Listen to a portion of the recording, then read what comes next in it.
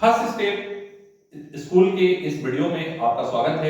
आज के इस वीडियो में हम लोग नए एजुकेशन सिस्टम के साथ साथ पढ़ाई के सारे संपूर्ण सिस्टम को समझेंगे और ये वीडियो उन पेरेंट्स के लिए काफी इंपॉर्टेंट है जिनके बच्चे की उम्र अभी 6 साल से कम है, क्योंकि उनकी पढ़ाई में ऐसी बहुत सारी बारीक बातें हैं जिनको आज इस वीडियो में हम लोग चर्चा के दौरान करेंगे। तो हो सकता है वीडियो थोड़ी सी लंबी हो, तो मैं चाहूंगा कि आप पूरे वीडियो को देखें, स्किप ना करें। चलिए शुरू करते हैं। सबसे पहले आपको यह समझना होगा कि जो हम लोग पढ़ाई बच्चों को करवा रहे हैं उसकी सही तकनीक है या नहीं है। इसके लिए बच्चे के डेवलपमेंट के बारे में मैं आपको कुछ बताना चाहूंगा। सबसे पहले मैं आपको बता दूं कि बच्चे की 6 साल की उम्र तक लगभग बच्चे के 90% दिमाग का डेवलपमेंट हो जाता है और ये आपके लिए एक बहुत ही इंपॉर्टेंट पार्ट है कि अगर बच्चे का संपूर्ण विकास इस 6 साल की उम्र तक नहीं हुआ तो समझ सकते हैं कि आगे जाकर बच्चों को कहीं ना कहीं सफलता मिलने में काफी कठिनाई का सामना करना पड़ता है, क्योंकि 90% जो दिमाग का विकास है इसी 6 साल के उम्र में होना है। आइए अब मैं थोड़ा एजुकेशन पॉलिसी के बारे में बताता हूं कि इसी चीज को लेकर हमारी न्यू एजुकेशन पॉलिसी जो भारत सरकार ने बनाई, नेशनल एजुकेशन पॉलिसी 2020। अब ये नेशनल एजुकेशन पॉलिसी 2020 के बारे में मैं थोड़ा सा डिटेल बताना चाहूंगा। तो ये अलग अलग वीडियोस में होगा, लेकिन आज मैं इसे संक्षिप्त रूप में आपको इन सारी चीजों को मैं सरल भाषा में समझाने का प्रयत्न करूंगा। तो देखिए, न्यू एजुकेशन पॉलिसी जो बनाई गई है इसके तहत पढ़ाई का जो पैटर्न था वो पहले छोटे बच्चों के लिए नहीं था, लेकिन इसमें पैटर्न छोटे बच्चों के लिए आ गया। कैसे आया, आइए मैं आपको आगे बताता हूं। न्यू एजुकेशन पॉलिसीज में पढ़ाई को थोड़े अलग पैटर्न से बांटा गया है। पहले हम लोग 1 क्लास से पढ़ाई स्टार्ट करते थे, 1 से लेकर 10 तक की पढ़ाई होती थी, फिर 11 12 इंटर होता था। ये तो पढ़ाई हम लोग पहले से पढ़ रहे थे, लेकिन अब न्यू एजुकेशन पॉलिसीज में पढ़ाई का पैटर्न चेंज हुआ है। जहां हम 1 से पढ़ाई करते थे, अब उसके नीचे की पढ़ाई भी हमारे न्यू एजुकेशन पैटर्न में आ रही है, क्योंकि मैंने जैसा कि बताया आपको कि 6 साल से पहले ही बच्चों का, मतलब उससे कम उम्र में ही बच्चों के दिमाग का पूरा डेवलपमेंट हो जाता है। तो गवर्नमेंट इन चीजों पर विचार करते हुए अब छोटे बच्चों के लिए भी एक सही गाइडलाइन निकाल रही है ताकि बच्चों का एक सही मार्गदर्शन हो पाए। तो यहां आप देख रहे होंगे कि यहां पर अब नए एजुकेशन सिस्टम 5+3+3+4 का प्रिंसिपल पर काम करती है। ये क्या है मैं डिटेल में बता दूं। यहां पर नर्सरी, एलकेजी और यूकेजी, क्लास 1 और 2, ये 5 साल फाउंडेशन लेवल की पढ़ाई होती है और इसके लिए एक अलग पूरा का पूरा नया करिकुलम आ रहा है और आ चुका है। मैं इसके बारे में भी बताऊंगा आपको कि वो कैसा है और उन्हें किन किन चीजों पर ज्यादा ध्यान देना है आपको अपने बच्चों की। तो सबसे पहले मैं बता दूं कि ये 5 ईयर के प्लान पर ही आज हम लोग फोकस करेंगे।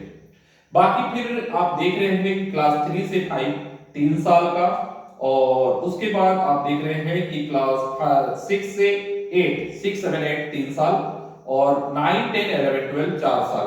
इस तरह से पढ़ाई को 4 पैटर्न में बांटा गया है, जिसमें फाउंडेशन लेवल पर आज हम लोग बात करेंगे, जहां नर्सरी, एलकेजी, यूकेजी और 1 और 2 की पढ़ाई कैसे करवानी है। इसके बाद मैं अलग अलग वीडियोस में इन सब पर भी चर्चा करूंगा, लेकिन फिलहाल हम लोग अभी फाउंडेशन लेवल पर बात करते हैं, तो आगे बढ़ाते हैं। तो ये न्यू एजुकेशन पॉलिसीज 2020 जब लागू हुई तो इन्होंने एनसीईआरटी को कहा कि एनसीईआरटी फाउंडेशन लेवल के छोटे बच्चों के लिए एक ऐसा करिकुलम तैयार करे जिसमें कि बच्चों की पढ़ाई और बेहतर हो पाए और बच्चों के संपूर्ण होलिस्टिक डेवलपमेंट, संपूर्ण विकास बहुत ही आसानी से हो पाए। इसके लिए उन्होंने एनसीईआरटी को गाइडलाइन दिया अपने पॉलिसीज में, और एनसीईआरटी ने बनाया एनसीएफ, मतलब नेशनल करिकुलम फ्रेमवर्क।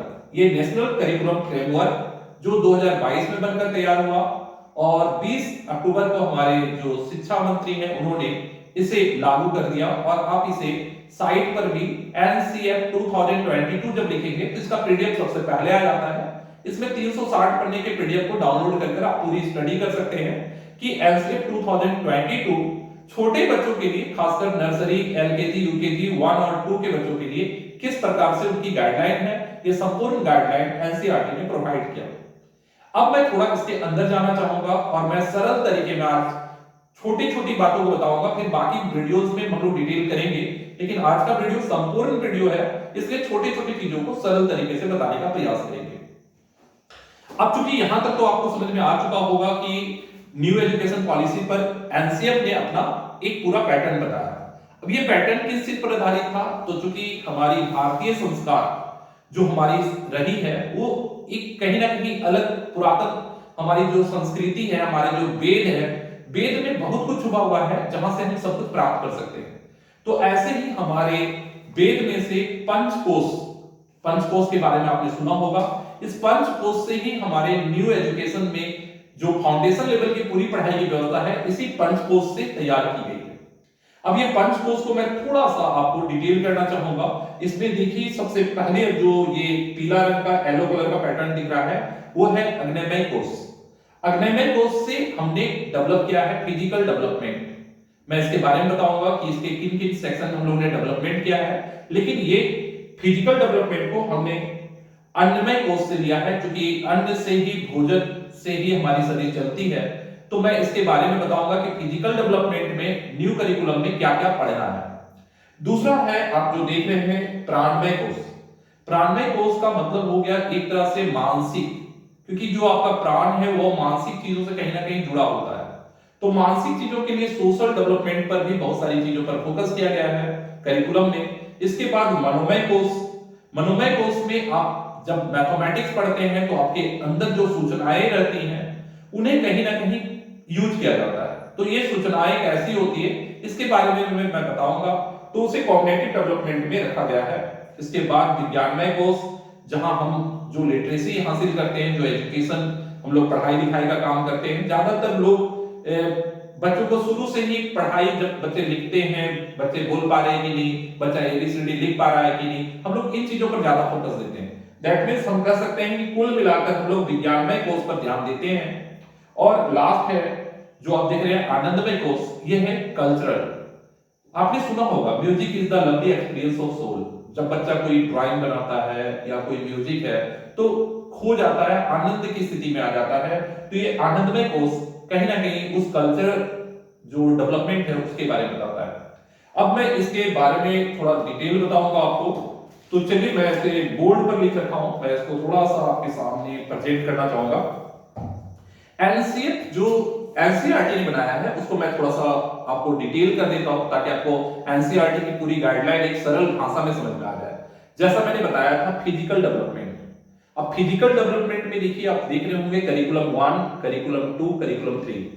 करिकुलम 1 बच्चे को किस प्रकार का भोजन देना है और किस तरह का आहार देना है ताकि उसकी मानसिक डेवलपमेंट ज्यादा से ज्यादा हो जाए, और मनुष्य के मस्तिष्क के विकास के लिए हमें किन किन चीजों पर ध्यान रखना है। दूसरा, बच्चों की सेंस ऑफ ऑर्गन, माने बच्चों की सुनने की क्षमता, देखने की क्षमता, बच्चों की सूंघने की क्षमता, बच्चे को किसी चीज को छू कर बताना कि ये हार्ड है, सॉफ्ट है, इन सब चीजों के डेवलपमेंट को हमने सेकंड में रखा है। और C3 मोटर स्किल्स, अगर आपने नहीं सुना तो मैं बता दूं, दो तरह का मोटर स्किल होता है, एक fine motor and gross motor. तो फाइन मोटर्स में बच्चे लिखने के पहले फाइन मोटर स्किल से अपने हाथ का एक एक्टिविटी कर लेते हैं जिससे लिखने में काफी सुविधा हो जाती है। और शरीर के संपूर्ण विकास के लिए खेलकूद करना, इसमें बच्चों को एक ग्रोस मोटर स्किल के अंतर्गत उनके अंदर एक बैलेंस पैदा किया जाता है ताकि एक बच्चा अच्छा बॉलर बन पाए या बैट्समैन बन पाए या किसी भी सेक्टर में जाए तो बच्चे का फिजिकल एक बहुत ही अच्छा डेवलपमेंट हो, इसे ग्रोस मोटर स्किल के अंतर्गत रखा जाता है। इसके बाद आप देख रहे होंगे एक इमोशनल डेवलपमेंट है। ये बड़ा ही इंपॉर्टेंट पार्ट होता है क्योंकि अभी तक आपने देखा होगा कि बच्चे इमोशनल रूप से काफी कमजोर हो जाते हैं। उन्हें कोई कुछ बोल दे या कहीं भी कुछ दुख लग जाए तो बच्चों में कहीं ना कहीं बहुत ज्यादा इन चीजों का नकारात्मक प्रभाव होता है। और आपने भी देखा होगा कि खासकर बच्चे जब बड़े हो जाते हैं और आप उन्हें किसी चीज के लिए बोल दे, आप मोबाइल पे ही देख ले, बहुत सारे बच्चे मोबाइल को लेकर पेरेंट्स परेशान रहते हैं कि बच्चे को बोल दिए, बच्चा सुन नहीं रहा है, बच्चा गुस्सा आ जा रहा है, ये वो। ये इमोशनल डेवलपमेंट अगर बचपन में ही बच्चे को एकदम छोटे से ही करवाया जाए, एक उन्हें टेक्निक की तरह बताया जाए कि उन्हें अपने में आत्म संयम कैसे रखना है, तो ये सारी चीजों को अगर ग्रो कराया जाए तो ये बड़ा इंपॉर्टेंट होता है। इसके भी 4 भाग हैं और इसमें भी 3 भागों में C4, C5, C6 इसमें बच्चों को इमोशनल डेवलपमेंट के बारे में अलग अलग तरीकों से बताया गया है। कॉग्निटिव डेवलपमेंट आज इंडिया में बहुत बड़ी समस्या खासकर मैथमेटिक्स लर्निंग को लेकर है।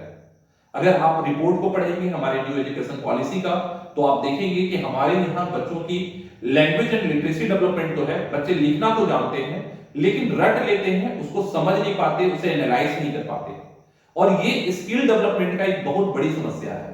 तो कॉग्निटिव डेवलपमेंट एक बहुत ही इंपॉर्टेंट सेक्टर है खासकर छोटे बच्चों के विकास के लिए, क्योंकि छोटे बच्चों को आप सोचने का मौका ही नहीं देते। आप उन्हें पढ़ाई के सिस्टम में लेकर चले आते हैं जहां बच्चे को या तो आप एबीसीडी लिखना या रटना सिखा देते हैं, लेकिन बच्चे को कुछ नया सोचना और कुछ नए सोचकर अलग तरीके से उसको एनालाइज करने के हम मौका ही नहीं देते। तो इसके लिए एक बहुत ही बारीक सिस्टम को तैयार करना पड़ता है कॉग्निटिव सिस्टम में, और यहां पर इस विकास से आगे जाकर बच्चे को कोई भी डेवलपमेंट रिसर्च करना है तो सोचना पड़ेगा। तो ये रिसर्च भारत में कम क्यों हो पाता है? क्योंकि हम लोग शुरू से ही लैंग्वेज लिटरेसी पर ज्यादा काम करते हैं और कॉग्निटिव डेवलपमेंट पर कम काम करते हैं। इसलिए क्योंकि मैं डिप्लोमा इंजीनियरिंग पर लगातार काम कर रहा हूं, मुझे एहसास है कि बच्चों में इन चीजों की काफी कमी होती है।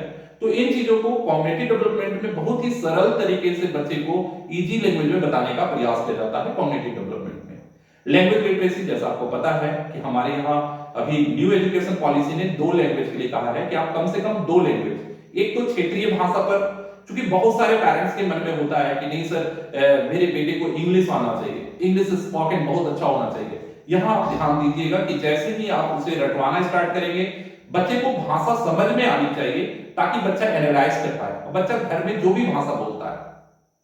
यहां एक चीज बहुत ज्यादा ध्यान देने की जरूरत है कि अगर आपके घर में सारे लोग इंग्लिश में टॉक कर रहे हैं तब तो बच्चे को आप इंग्लिश आराम से लैंग्वेज को कवर कर पाएंगे।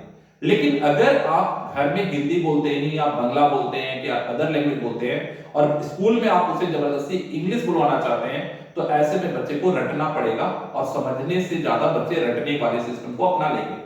यही कारण है कि अभी न्यू एजुकेशन पॉलिसी में गवर्नमेंट ने प्रीफर किया है कि क्लास 1-2 तक बच्चों को अलग से इंग्लिश पर बोझ या कोई अदर लैंग्वेज सीखने के लिए बोझ नहीं दिया जाए। उनका जो भी क्षेत्रीय भाषा है उस क्षेत्रीय भाषा में ही उन्हें पढ़ाया जाए ताकि बच्चे का कॉग्निटिव डेवलपमेंट, सोचने की क्षमता, समझने की क्षमता, बच्चे बातों को समझ पाए, सोच पाए, घर में भी चर्चा कर पाए। इन चीजों के लिए जरूरी है कि बच्चों की जो लैंग्वेज डेवलपमेंट है उसमें पेरेंट्स इन चीजों का प्रेशर ना दें कि बच्चे को इंग्लिश में ही सारा चीज करना है, आप इंग्लिश में ही बोलो, भले बच्चे को समझ में आए चाहे नहीं आए। और ये बहुत ज्यादा आज के दौर में होता है। तो ऐसे कंडीशंस में आप अपने घर का जो लैंग्वेज हो उसके अकॉर्डिंग चलें। स्कूल भी अपने आसपास की जो क्षेत्रीय भाषा में है वो करवाए। हाँ, यहाँ आपको रिसर्च में काफी मदद मिलेगी, बच्चे प्रकृति के आसपास की चीजों को समझ पाएंगे, उन्हें रिसर्च में हेल्प मिलेगा। And last, cultural development. Cultural से बच्चे के अंदर काफी ज्यादा इंप्रूवमेंट होता है। आप एक छोटे बच्चे को सबसे ज्यादा क्या सिखा सकते हैं? याद करने से अच्छा है आप उन्हें कविता सिखाएं, रैम्स सिखाएं, अलग अलग ट्विंकल ट्विंकल लिटिल स्टार, बच्चे एंजॉय करते हैं। बच्चे से खेल खेल में आप बड़े से बड़ी कविता को याद करवा दीजिए, बच्चा याद कर लेता है क्योंकि उसे आनंद आती है। और कोई भी काम में जब आनंद आता है तो उसे मजा आता है। तो उसे तोते की तरह नहीं रटवाना, उन्हें इंटरेस्ट के साथ कोई भी रैम्स जो आप याद करवाते हैं, कविता याद करवाते हैं, उसमें बच्चे को आनंद आना चाहिए, क्योंकि ऐसे भी संगीत में आप जानते हैं काफी आनंद है। तो इन सभी चीजों को कंटिन्यू अपनाया गया है न्यू एजुकेशन के इस पॉलिसीज में। और इन चीजों को देखते हुए अब मैंने अभी जो एक नया बुक जो इसके साथ हमने डिजाइन किया है, मैं उसके बारे में भी डिस्कस करूंगा। फर्स्ट स्टेप स्कूल का, कैम्ब्रिज का ये बुक सेट, जहां मैंने पेरेंट्स को बताया था कि आज का ये वीडियो खासकर इस कॉन्सेप्ट के लिए काफी इंपॉर्टेंट है। जितनी बातें मैंने बताया वो सारी चीज इस नर्सरी, एलकेजी और यूकेजी के बुक में कंप्लीट जुड़ा हुआ है। अब ये कैसे जुड़ा हुआ है ये मैं स्टेप बाय स्टेप आपको लगातार बताऊंगा। बच्चे की पर डे की जो क्लासेस होगी, जो बच्चे हमारे ऑनलाइन में हैं, बहुत सारे ऐसे मेरे डिप्लोमा इंजीनियरिंग के बच्चे रहे हैं जिनके अब मैरिज हो चुकी, क्योंकि उनका प्लेसमेंट भी हो गया, जॉब भी हो गया, और अब उनके घर में छोटे छोटे बच्चे हैं। तो मैंने उनके पिता और उनकी माँ को कभी कभी पढ़ाने का मौका मिला तो मैंने पढ़ाया। आज मेरे सौभाग्य है कि मैं आपके बच्चों को भी ऑनलाइन माध्यम से बेहतर तरीके से गाइडलाइन दे पाऊंगा। तो आज का ये वीडियो उनके लिए भी बहुत काफी खास होगा। बोले कि नहीं सर, डिप्लोमा इंजीनियरिंग में तो आपने काफी मदद किया, अब छोटे बच्चों के प्री एजुकेशन में भी आपका हेल्प मिल रहा है। तो मैं बता दूं वैसे पेरेंट्स को जिनके पास मेरे स्कूल में आने में दिक्कत है, दूर में रहते हैं, वो इसे ऑनलाइन परचेज कर सकते हैं। ऑनलाइन भी आप इसे खोजेंगे तो सर्च करके अमेज़न में आप my first step with Cambridge लिखेंगे तो बुक मिल जाएगा। और इसकी डे टू डे पढ़ाई को मैं कंटिन्यू आप लोगों को मटेरियल भेजूंगा कि मटेरियल में डे टू डे कैसे पढ़ाना है। लेकिन अगर संभव हो पाए तो आप जब यहां भेजेंगे तो जैसा मैंने कहा कि उसका सारे डेवलपमेंट पर काम करना है, बच्चे का संपूर्ण विकास हो, तो इसके लिए हम लोगों ने फिजिकल टूल्स पर लगातार हम लोग काम कर रहे हैं कि बच्चे को उस तरह की सोसाइटी दे, एनवायरनमेंट दे जहां बच्चे की जो सेंस ऑफ ऑर्गन है उस पर हम लोग ज्यादा काम कर पाए। तो ये सारे बुक्स के बारे में मैं थोड़ा सा बुक भी आपको दिखाना चाहूंगा ताकि आप लोगों को आइडिया हो जाए। ये टोटल ये है आपका नर्सरी क्लास का बुक। अब इस नर्सरी क्लास के बुक में लेसन बाय लेसन ये पूरा बुक जो है, अब मैं थोड़ा सा बुक्स के बारे में हल्का सा डिटेल दे देता हूं ताकि पेरेंट्स को भी आइडिया हो जाए, क्योंकि बहुत सारे पेरेंट्स आप बुक को लाएंगे तो क्या क्या है उसमें खासियत। सबसे पहले मैं उन चीजों को हल्का एक बता देता हूं ताकि आप लोगों को भी आइडिया हो जाए कि सर ऐसे बुक्स में क्या खास है। तो देखिए, सबसे पहले जैसा कि मैं कह रहा था कि रेम्स बड़ा इंपॉर्टेंट है और इसमें काफी रेम्स हैं, लगभग 25 कविताएं हैं, रेम्स है 25। ये 25 रेम्स पूरे साल में बच्चों को याद करना है स्टेप बाय स्टेप। इसके बाद अब मैं लिटरेसी की बात करूं, लिटरेसी की दो, एक बुक है और एक उसका वर्क बुक है। लिटरेसी में जो एबीसीडी है तो आप बोलोगे अच्छा सर एबीसीडी लिखाना सिखाएगा, नहीं भाई, इसमें एबीसीडी लिखना नहीं है। ये गलती आप लोग नहीं करिएगा कि बच्चे को घर में ए लिखवा रहे हैं, इसमें लिखना नहीं है बल्कि उसको पहचानना है, इंट्रोड्यूस करना है। इन सभी चीजों को अगर आप थोड़ा सा ध्यान से देखें, मैं इसको थोड़ा सा दिखाऊंगा इसमें आपको कि यहां आप जो देख रहे हैं इस बुक का पहला लेसन ए। अब ए में क्या करना है, कलर करना है, वो भी कैसे, capital A small A. Capital A को स्काई ब्लू से और स्मॉल ए को रेड कलर से। बच्चा अगर पहचान गया कि नहीं कैपिटल ए ये है और इसको स्काई ब्लू, तो यहां एक तो कलर का आइडिया हो जा रहा है, दूसरा कलर्स के साथ साथ बच्चे इंट्रोड्यूस कर पा रहे हैं ए को। और इस तरह से ए को करीब करीब 4-5 तरीकों से पढ़ाना है। ये नहीं कि पहला दिन हम कलर करवा दिया और कंप्लीट हो गई, नहीं, ये पहला दिन का कोर्स नहीं है। क्योंकि जब आप बुक खरीद के लाएंगे और खुद से पढ़ने लगेंगे तो आप सोचेंगे कि पहला दिन का कोर्स ये है, लेकिन अगर आप इसके करिकुलम में जाए, करिकुलम क्या है अब ये भी मैं बता देता हूं। सबसे बड़ी इस बुक की खासियत यही है कि इसका पर डे का लेसन प्लान आया हुआ है। अब इसके लेसन प्लान में पहला दिन अल्फाबेटिकल सॉन्ग था। सेकंड डे का अगर लेसन प्लान आप देखें तो सेकंड डे में इसका पेज नंबर 4 से पढ़ाई स्टार्ट है, ये नहीं कि पेज नंबर 1 से। तो सबसे बड़ी दिक्कत आपके साथ ये होगी कि जैसे ही आप बुक खरीद कर ले आएंगे और सोचेंगे खुद से पढ़ा दे, तो आप पहले एक्सरसाइज से स्टार्ट करोगे, पहला पेज नंबर, दूसरा पेज नंबर, इससे आप सीक्वेंस में नहीं पढ़ा पाएंगे। क्योंकि एलकेजी यूकेजी के भी मैं पेरेंट्स को बता दूं अगर वो वीडियो देख रहे हैं कि अगर आप इसके सीक्वेंस में जाएं तो ए में लेटर से पहले स्टैंडिंग लाइन, स्लीपिंग लाइन और उनसे बड़े लेटर एल हो गया, ई हो गया, इन्हें पढ़ाना होता है। लेकिन इन्होंने एबीसीडी तो दिया है, लेकिन जब इनका करिकुलम मैंने देखा तो करिकुलम में ये लेटर को छोड़ छोड़ कर पढ़ाया है। मतलब ए को नहीं पढ़ाकर पहले एल को पढ़ाया है। मैं इसकी ही बात करता हूं, नर्सरी में देख लें, पेज नंबर 4 को पहले पढ़ाया गया है, पेज नंबर 1 को नहीं। अब आप देखेंगे कि पेज नंबर 4 में ऐसा क्या है सर, तो चलिए मैं बुक में आपको पेज नंबर 4 दिखा देता हूं। लिटरेसी बुक्स के अगर पेज नंबर हम लोग 4 में जाएं तो आप देखेंगे कि यहां पर एबीसीडी बहुत सारे लिखे हुए हैं पेज नंबर 4 में, और ए जो है उनको सर्कल करना है।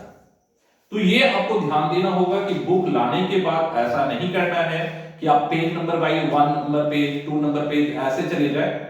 इसके अलग अलग तरीके से जो जो मैं बताता जाऊंगा, मैं खासकर पर डे आपको एक गाइडलाइन देता जाऊंगा। हर क्लास के लिए अलग अलग सीरीज होगी वीडियो की, नर्सरी के लिए अलग, एलकेजी यूकेजी के लिए अलग, और उसमें मैं लेसन प्लान का डायरी में भी होमवर्क लगातार देकर कैसे पढ़ाना है, किन चीजों को ध्यान रखना है, ये सारा इस ऑनलाइन जो वीडियो मैं भेज रहा हूं इसमें आपको अवेलेबल होगा। मैथमेटिक्स की भी 2 बुक हैं, एक उसका स्किल बुक और दूसरा वर्क बुक। फिर एक आर्ट एंड क्राफ्ट का बुक है और एक है अवेयरनेस का बुक, जो मैंने कहा ना सोशल और इमोशनल, ये सारे डेवलपमेंट आपके अवेयरनेस बुक में आएगा। अवेयरनेस बुक भी बहुत ही खूबसूरत है। मैं इसमें थोड़ा आपको बता दूं कि ये सोशल कैसे है। तो सबसे पहले मैं फिजिकल की बात करता हूं। आप देख रहे होंगे कि इसके पहले पेज में बच्चे का फोटो पेस्ट करना है और बच्चे का नाम लिखना है। अब कॉमन सी बात है कि जब मैं ये वर्क बच्चे को दूंगा, बच्चा अपना फोटो यहाँ देखेगा और उसका नाम लिखा होगा, और पेरेंट्स के लिए भी ये वीडियो आज मैं भेज रहा हूं, तो भाई बच्चे का एक फोटो जरूर आप बना लीजिएगा। और ये बुक जब आप देखेंगे तो इसमें साइज आप देख लीजिएगा, और इस साइज का एक खूबसूरत सा बच्चे का, चूंकि यादगार हो जाएगा आपके लिए भी, एक छोटा सा फोटो बच्चे का करना है। अब इससे इमोशनली बच्चे टीचर से अटैच हो जाएंगे। कैसे अटैच होंगे? मान लीजिए आपका बच्चा पहली बार स्कूल आया है और वो टीचर को नहीं जानता है, लेकिन अपना फोटो तो पहचानते हैं। हर बच्चे अपने फोटो देखकर काफी खुश हो जाते हैं। और यहां पर आप देख रहे होंगे कि कलरफुल बर्थडे केक बनाने के लिए दिया गया है, और कहना है कि हाउ ओल्ड आर यू, मतलब आप कितने वर्ष के हो। तो जब यहाँ फोटो लगाया जाएगा और बच्चे का नाम लिखा जाएगा, तो उसके नेक्स्ट डे हमारे करिकुलम में ये है कि फिर बच्चों को बैठाकर मैम एक एक के बच्चे का बुक लेकर पूछेंगी ये फोटो किनका है और व्हाट इज योर नेम, फिर वो नाम बताएंगे या मैम उसका नाम लेकर बताएगी, तो उसे खुशी होगी कि देखो मैम मेरा नाम बता रही है। इससे बच्चे के साथ एक इमोशनल अटैचमेंट टीचर के साथ हो जाएगा। तो मैंने जैसा कि कहा आपको कि ये बुक काफी मैंने अध्ययन के बाद स्टार्ट किया है। इसमें वो सारी चीजें हैं जो एक इमोशनल अटैचमेंट के लिए होना चाहिए। फिजिकल की भी बात कर लिया जाए तो अगर आप देखेंगे तो यहाँ बॉडी नेम से लेकर सेंस ऑफ ऑर्गन पर काम कराया गया है, तो फिजिकल एक्टिविटीज भी है। और इसमें सोशल से लेकर फिजिकल से लेकर खासकर बच्चों को किन किन चीजों में सावधानी बरतनी चाहिए, सारी चीजों को इसमें इंक्लूड किया गया है। इसके बाद क्राफ्ट में भी आप देखेंगे कि क्राफ्टिंग में भी काफी खूबसूरत से पैटर्न्स बताए गए हैं।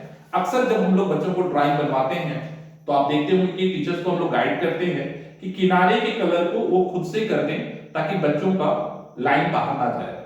लेकिन इन्होंने इस पैटर्न को ध्यान रखा है कि इसके जो भी आप देखेंगे जितने भी ड्राइंग्स हैं उसमें किनारे किनारे वो कलर किया गया है ताकि बच्चों को कलर करने में परेशानी ना हो। जो हम लोग टीचर को गाइडलाइन करते हैं वो ऑलरेडी इसमें इंक्लूडेड है। तो दैट मींस आपको आइडिया हो गया होगा और बच्चे खुद भी क्या क्रिएटिव करेंगे, फिंगर्स पिक्चर और ये सारी चीज इसमें क्राफ्ट में इंक्लूड है। आप देख रहे होंगे यहाँ थंब पिक्चर है, अंगूठे से बच्चे को बनाना है और उसको पिक्चर को डिजाइन करना है। तो इस तरह से पूरी क्रिएटिविटी को इसमें इंक्लूड किया गया है।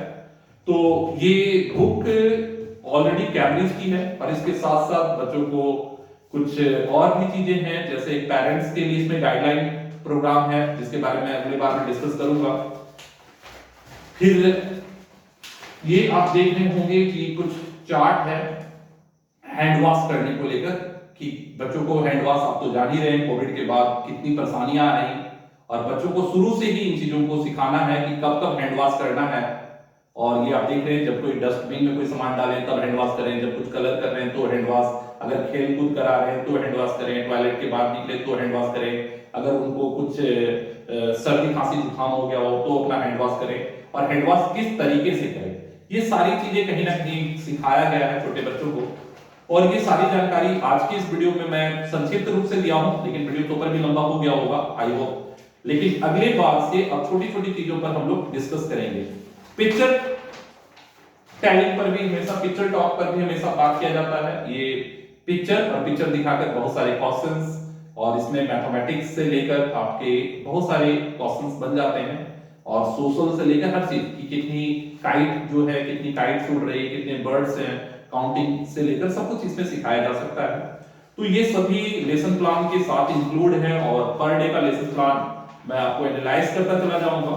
तो उम्मीद है आज का ये वीडियो आपको समझ में आ गया होगा, और आप कमेंट करके जरूर बताएं कि इसमें और क्या नया आप खोज रहे हैं। और मैं अलग अलग वीडियोस का सीरीज लाऊंगा प्लेलिस्ट में। नर्सरी एलकेजी यूकेजी के लिए प्लेलिस्ट अलग अलग हो जाएगा, नेशनल एजुकेशन पॉलिसी 2020 के लिए एक अलग प्लेलिस्ट, और न्यू करिकुलम जो फ्रेमवर्क है एनसीएफ 2022 उसके जितने भी पॉइंट्स हैं उनके अंदर सारे छोटे छोटे पॉइंट्स को हम लोग इस वीडियोस में यूट्यूब के इस चैनल पे कवर करेंगे। उम्मीद है कि आपको ये वीडियो का सीरीज अच्छा लगेगा, और बाकी आप लोगों का सहयोग कंटिन्यू चाहिए। जो बच्चे ऑफलाइन पढ़ रहे हैं उनका भी, और जो ऑनलाइन जुड़े हुए हैं उनका भी, ताकि ज्यादा से ज्यादा ऐसे छोटे बच्चों तक हम लोग एक सही मार्गदर्शन को पहुंचा पाए। तो चलिए आज के वीडियो को यही समाप्त करते हैं, अगले वीडियो में फिर मिलेंगे, तब तक के लिए जय हिंद जय भारत।